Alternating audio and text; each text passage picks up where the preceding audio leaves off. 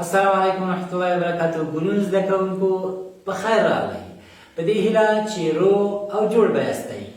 امید لرم یو ښکلی او د خوشحالۍ څخه ډک سهار او ورځ به مو پیل کړې وي. ګرانو زده کوونکو، دا چې خوشحاله او ارام یاستئ، نو راځئ چې دا خوشحالي مو نوره هم ډېره کړو او درس ووایو. نو تاسې هر یو خپل د قران او دینی ښوونې او روزنې کتابونه خلاص کړئ. آفرین، شاباس، ټولو خلاص کړ. اوس نو اومه پاڼه راواړوئ او سورت نصر ته متوجه شئ. خو مخکې له دې څخه چې سورت نصر ووایو، د تېرې ورځې درس باید وپوښتو چې څوک خو مشکل پکې نه لري. آیا داسې څوک شته چې د تېرې ورځې په درس کې مشکل ولري؟ لومړی دا باید راته ووایاست چې تېره ورځ موږ او تاسې څه ویلي. شاباس، آفرین، سورت عصر او نن سورت نصر ویلي.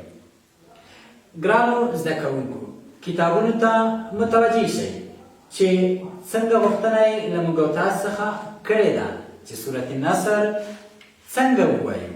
سمه ده؟ آفرین. دا خو یې هم په رواني او حفظ ویلی. نو لومړی به یې رواني ووایو او بیا به یې په حفظ ووایو. درسته ده؟ شاباس. نو هر یو خپلو کتابونو ته متوجه شئ. شاباس. أعوذ بالله من الشيطان الرجيم. بسم الله الرحمن الرحيم. إذا جاء نصر الله والفتح ورأيت الناس يدخلون في دين الله أفواجا. كم زاد شاباس؟ کومه درجه؟ آفرین. همدغسې ټول متوجه اوسېږئ. فسبح بحمد ربك واستغفر إنه كان توابا. ګرانو زده کوونکو، دا د سورت نصر لوستل په رواني ډول. اوس غواړو سورت نصر په حفظ ووایو. تاسې ښه دقیق ورته کښېنئ او غوږ شئ تر څو هغه کلمه او نقطه چې تاسې نشئ لوستلی زده یې کړئ. بسم الله الرحمن الرحيم. إذا جاء نصر الله والفتح ورأيت الناس يدخلون في دين الله أفواجا فسبح بحمد ربك واستغفر إنه كان توابا. صدق الله العظيم. ګرانو زده کوونکو، دا د سورت نصر بیا ځل تکرار. سورت نصر تقریبا غالبا د هغو سورتونو څخه دی چې د قرآن په وروستنیو برخو کې نازل شوی ده. د دې په نازلېدو کې عبدالله ابن عباس چې مفسر د قرآن و، کله چې خبر شو ډېر یې وژړل او ویې ویل چې پیغمبر صلی الله علیه وسلم نو زموږ څخه رحلت کوونکی ده. ګرانو زده کوونکو، اوس به زه د تاسو څخه د دې درس په اړه پوښتنه وکړم. څوک به راته ووایي چې سورت نصر څو آیاته دی؟ آفرین، شاباس. بل، آفرین، بل، شاباس، ټول ډېر ښه. څو آیاته؟ 3. آفرین، سورت نصر 3 آیاته دی. ښه، د کوم ځای کې نازل شوی ده دا هم باید په یاد وکړو. سورت نصر مکی سورت دی، یعنی په مکه کې نازل شوی دی. ګرانو زده کوونکو، دا و د سورت نصر په اړه لنډ معلومات. ستاسې دنده دا ده چې سورت نصر د ټولو سورتونو په څیر زده او په خاصه توګه په لمونځ کې ورڅخه ګټه واخلئ او په مختلفو رکعتونو کې مختلف سورتونه ولولئ تر څو د لمونځ خوند مو لا زیات شي. ګرانو زده کوونکو، که چیرې له تاسو سره د سورت نصر په اړه سوال او پوښتنه نه وي نو مهرباني وکړئ د دیني ښوونې او روزنې 14مه پاڼه خلاصه کړئ تر څو وګورو چې په 14مه پاڼه کې څه لیکل شوي. هلئ نو شاباس، هر یو 14مه صفحه یا 14مه پاڼه خلاصه کړئ.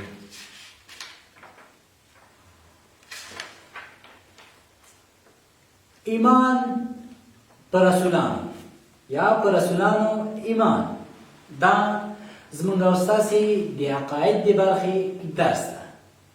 ګرانو زده کوونکو،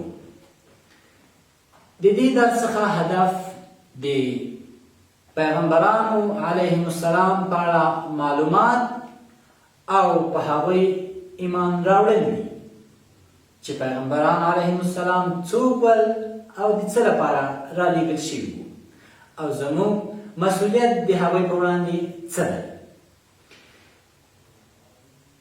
ګرانو زده کوونکو، له تاسو څخه یې پوښتنه کړې موږ باید څه قسم په پیغمبرانو ایمان ولرو.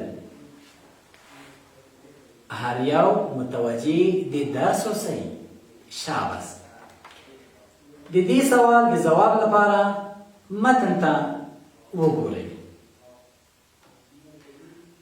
ایمان لرو چې الله جل جلاله انبیاء علیهم السلام د انسانانو د رهنمایۍ لپاره د انسانانو د لارښوونې لپاره رالیږلي دي. پیغمبران علیهم السلام هغه خلق دي چې الله جل جلاله هغوی د انسانانو او بشر د رهنمایۍ لپاره رالیږلي تر څو خپل امتیان، پیروان او د الله بندگان د هلاکت او جهالت له تیارو څخه رڼاوۍ ته راوباسي. ګرانو زده کوونکو، د پیغمبرانو علیهم السلام سلسله د آدم علیه السلام څخه شروع او په پیغمبر صلی الله علیه وسلم پای ته رسیدلی. مسلمانان له آدم علیه السلام څخه واخله تر محمد صلی الله علیه وسلم پورې چې څه پیغمبران علیهم السلام راغلي دي په ټولو ایمان لري او د هر مسلمان دا مسؤلیت ده چې ټول پیغمبران ومني او ایمان ورباندې راوړي. که چیرې یو انسان یو د بعضې انبیاو څخه ونه مني نو دی مسلمان نه دی. ګرانو زده کوونکو، دا هم باید په یقین سره ومنو چې انبیا علیهم السلام له آدم نه واخله تر حضرت محمد صلی الله علیه وسلم چې هر څومره راغلي دي د بشر د لارښوونې او رهنمایۍ لپاره راغلي، د بشر د ګټې لپاره راغلي، د بشر د کامیابۍ لپاره راغلي دي.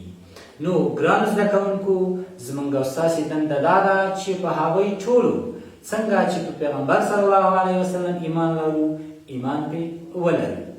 ګرانو زده کوونکو، دا و د نن ورځې د دیني ښوونې او روزنې درس په رسولانو ایمان. که چیرې له تاسو سره په دې کې هر قسم سوال وي، مهرباني او که سوال نه وي نو بیا به زه پوښتنې وکړم. لومړی پوښتنه ده: پیغمبر الله جل جلاله ولې پیغمبران رالیږلي؟ دوهمه پوښتنه ده: آیا پیغمبرانو هم زموږ په څیر یا د خپلو امتیانو په څیر د الله عبادت کوو او که نه؟ دریم، آیا پیغمبرانو ګناه کوله؟ څلورمه پوښتنه، آیا پیغمبر له خپل امت سره کینه کولی شي او که نه؟ او اخري پوښتنه دا چې تر ټولو غوره پیغمبر کوم دی؟ ګرانو زده کوونکو، دغه ټولو سوالونو پوښتنې به په واتساپ کې خپلو ښوونکو ته ورکړئ. اوس نو اجازت راکړئ، د خدای په امان.